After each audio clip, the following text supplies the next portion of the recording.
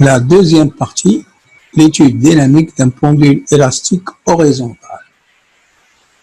Premièrement, équation différentielle du mouvement. On considère un pendule élastique horizontal formé par un ressort lié à un corps et posé sur un plan horizontal sans frottement. Le système étudié, c'est le solide S, le bilan des forces, c'est P, le poids du solide, P, R, la réaction du plan, F, la force de rappel ou bien l'action du ressort. D'après la deuxième loi de Newton, P plus R plus F est égal à M à G. Projetant cette relation sur l'axe OX, P devient 0, projection de R sur l'axe devient 0, et F moins F, c'est A dans X point. Donc, puisque F est égal à Kx, donc moins Kx est égal à Mx point, cette relation-là devient comme ça. Lorsqu'on divise par M, on trouve cette équation-là qui est x2 point plus k sur mx égale 0. Et c'est ce qu'on appelle l'équation différentielle du mouvement de solide en l'absence de frottement. La solution de cette équation différentielle de second degré est un sinusoïde. Donc, le mouvement de solide est un mouvement de translation rectiligne sinusoïdale. La solution de l'équation différentielle s'écrit comme ceci. X est égal à xm cos 2pi sur t0 t plus phi, avec xm, ce qu'on appelle l'amplitude du mouvement. T0, c'est la période propre du mouvement, et phi, c'est la période propre du mouvement. Alors, pour obtenir la période propre du mouvement, on prend l'équation différentielle, on prend l'équation horaire, x égale à xm cos 2pi sur t0 t plus phi, et on va la dériver. Alors, sa dérivée, ça nous donne moins xm 2pi sur t0 sinus 2pi sur t0 t plus phi. Et on va la dériver une deuxième fois.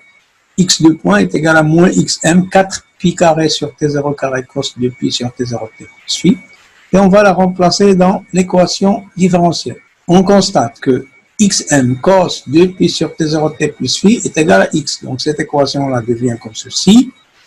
X2 point est égal à moins 4 pi carré t0 carré fois x, et on va comparer cette équation-là qu'on va obtenir avec l'équation différentielle. Alors, en comparant, on constate que ce coefficient-là qui est 4 pi carré t0 est égal à k sur m. Donc, on va tirer t0 et on constate que t0 est égal à 2 pi racine de m sur k. Et puis racine de m sur k. On constate que la période ne dépend pas de l'amplitude, il n'y a pas de xm, mais il dépend de la masse et de la constante de raideur. Plus la masse augmente, plus la période augmente, plus la constante de raideur augmente, plus la période diminue. Le deuxième pendule, c'est le pendule de torsion. Alors, chez le pendule de torsion, il y a ce qu'on appelle un couple de torsion ou bien un couple de rappel. La somme des forces de rappel exercées par le fil de torsion sur une tige, lorsqu'il est relié à ce tige-là, constitue ce qu'on appelle un couple de torsion ou bien un couple de rappel.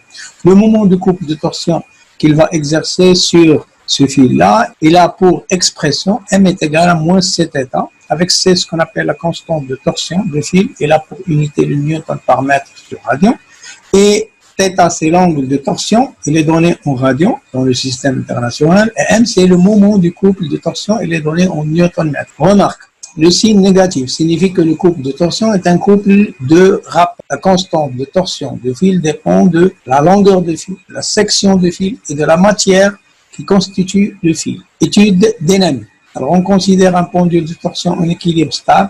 On l'écarte de sa position d'équilibre d'un angle θm, puis on le lâche sans vitesse initiale. Le système fil métallique tige effectue des oscillations libres autour de sa position d'équilibre. On néglige le frottement et on considère que G delta, le moment d'inertie de la tige par rapport à l'axe de rotation delta, qui est matérialisé par le fil.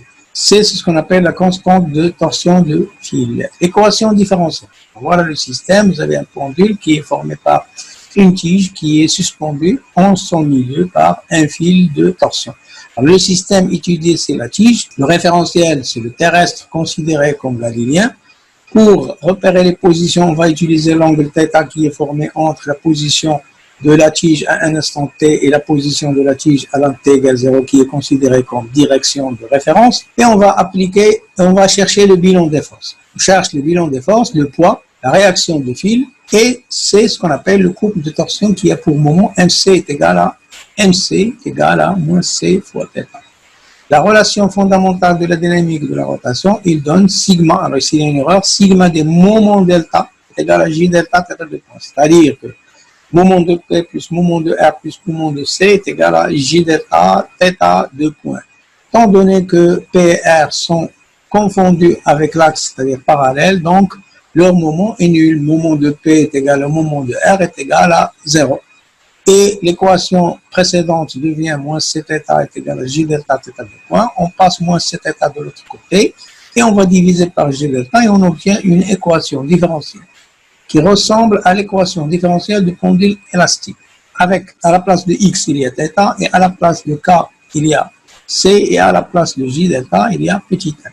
Donc cette équation-là, c'est une équation différentielle de second degré. Sa solution, c'est une solution sinusoïdale. Donc on peut dire que la tige a un mouvement de rotation sinusoïdale. Pourquoi? Parce que l'équation horaire s'écrit sous cette forme-là qui est θ égale à θm cos 2 pi t0 t plus phi. Avec θm, c'est ce qu'on appelle l'amplitude des oscillations, puisque c'est un angle, il est donné en radians. Phi aussi, c'est un angle, et la phase à l'origine des dates, elle est donnée en radians. Et T0, c'est toujours la période propre de mouvement. Alors, on peut montrer de la même manière que la période propre s'écrit comme cela. On peut montrer de la même manière que la période propre d'un pendule de torsion libre a pour expression T0 est égal à 2 pi racine de J delta sur C. Comment on va faire? On va prendre l'équation horaire, on va la dériver une fois, deuxième fois, et on va la comparer avec l'équation horaire et on va tirer T0 est égal à 2 pi racine de J delta sur C. De la même manière, on constate que T0 ne dépend pas de l'amplitude, elle dépend simplement de C et J delta. Influence de J delta et C sur la période propre. Alors on va prendre un système qui est formé par une tige sur laquelle on a enfilé deux petites masses qu'on va appeler des maslottes de même masse qui sont situées à la même distance par rapport à l'axe delta qui est matérialisé par le fil. La période propre du pendule de torsion ne dépend pas de l'amplitude, on l'a vu dernièrement, donc on considère que J delta de l'ensemble, c'est-à-dire de ce système-là, c'est J delta de la tige toute seule, plus J delta de chacune des maslottes. Donc J delta est égal à J0 delta plus 2 fois M fois D carré. Donc, alors on fait varier D tout en conservant le même fil métallique et on détermine dans chaque cas la période propre T0 des oscillations et on trouve la courbe suivante qui nous donne la variation de la période au carré par rapport à D carré. Alors on constate que c'est une droite, donc la droite a pour équation T0 carré est égal à A fois D carré plus B, avec A le coefficient directeur de cette droite-là, et B c'est l'ordonnée à l'origine. C'est l'ordonnée à l'origine, c'est-à-dire cette valeur. Alors on va prendre T0 qui est égal à 2 pi racine de G delta sur C dans le cas de pendule. Dans le cas d'un pendule de torsion, T0 est égal à 2 pi racine de G delta sur C. On a J delta qui est égal à G0 ici, vous avez un plus 2 MD carré sur C. On va l'élever au carré pour obtenir cette équation-là qui est T0 carré est égal à 4 pi carré J delta sur C plus 8 P carré M sur C fois T carré. Et on va la comparer avec l'équation de la droite qui est obtenue expérimentalement. On constate que le coefficient directeur A est égal à 8 P carré M sur C et que B, l'ordonnée à l'origine, est égal à 4 pi carré G0 delta sur C. Donc à partir de A, on peut tirer C et à partir de B, on peut tirer G delta. Donc à partir de ce système-là, on peut tirer la valeur de C et J delta. Alors l'équation différentielle du mouvement, on a une tige.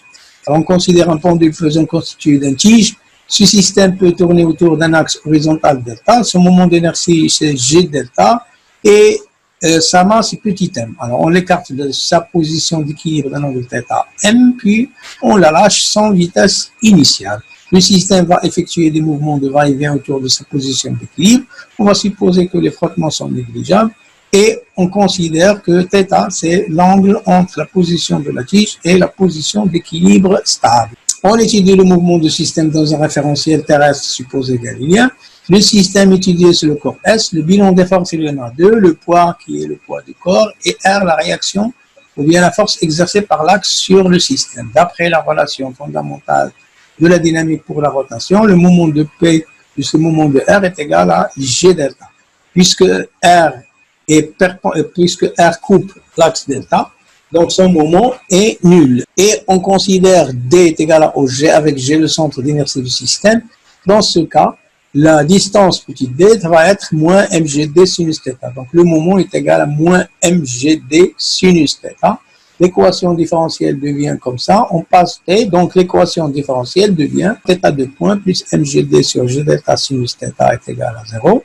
Cette équation différentielle n'est pas de solution sinusoïdale, c'est une équation différentielle de second degré, mais sa solution n'est pas sinusoïdale. Donc qu'est-ce qu'on peut dire du mouvement du corps? On peut dire que le mouvement de la tige, c'est un mouvement de rotation, d'oscillation, mais n'est pas sinusoïdale. Pourquoi? Parce que la solution de cette équation-là n'est pas sinusoïdale.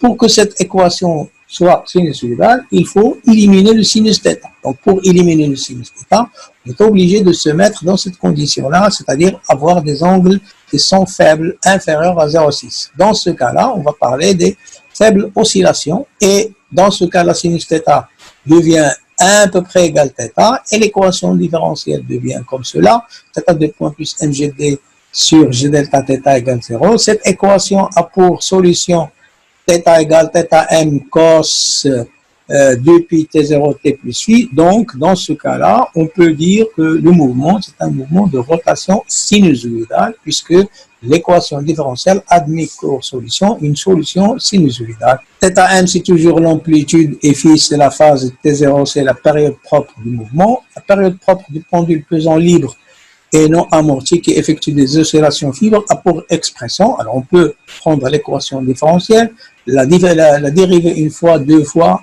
et la comparer avec l'équation différentielle pour tirer cette formule-là, T0 est égal à 2pi racine du G delta mgd. Donc chaque élève doit savoir faire ceci.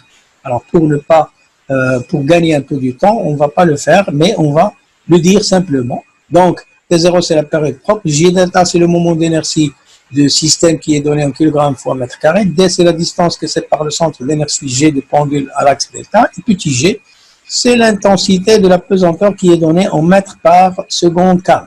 Alors le pendule simple est un pendule idéal d'un oscillateur mécanique, c'est un cas particulier de pendule pesant où on va poser D est égal à petit l et G delta est égal à ml carré.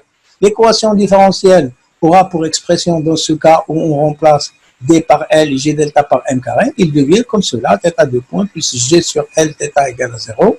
Et la solution de cette équation-là va être θ égale θm cos 2pi sur T0 t plus phi.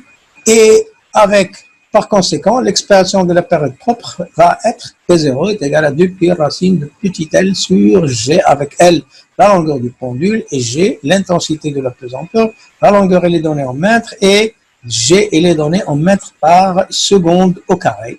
Pendule simple synchrone. Alors, un pendule simple est synchrone avec un autre pendule si la période propre du pendule synchrone est égale à la période propre du pendule pesant. C'est-à-dire si 2pi racine de L sur G est égal à 2pi racine de mgd sur L. On va élever au carré et simplifier par 4pi carré, et on constate que L sur G est égal à mgd sur L, donc on peut tirer petit l qui est égal à G delta, qui est égal à G delta md.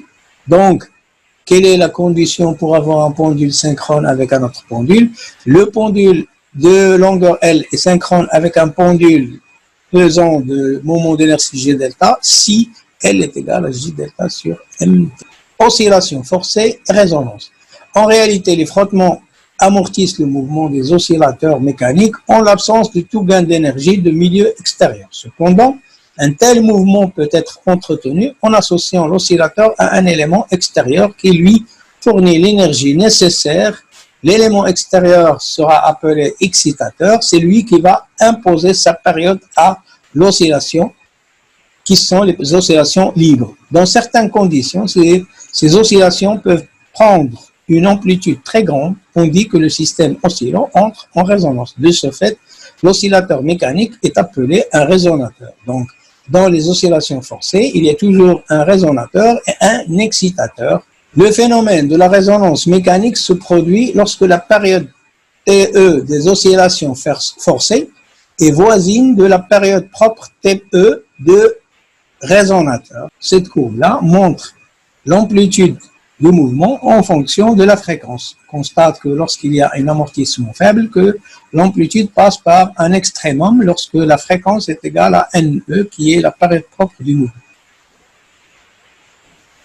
Influence de l'amortissement sur la résonance. Dans le cas où l'amortissement est faible du résonateur, l'amplitude des oscillations forcées de la résonance prend une valeur grande. On dit que la résonance est aiguë. Dans le cas d'un amortissement du résonateur très fort, l'amplitude des oscillations prend une valeur faible.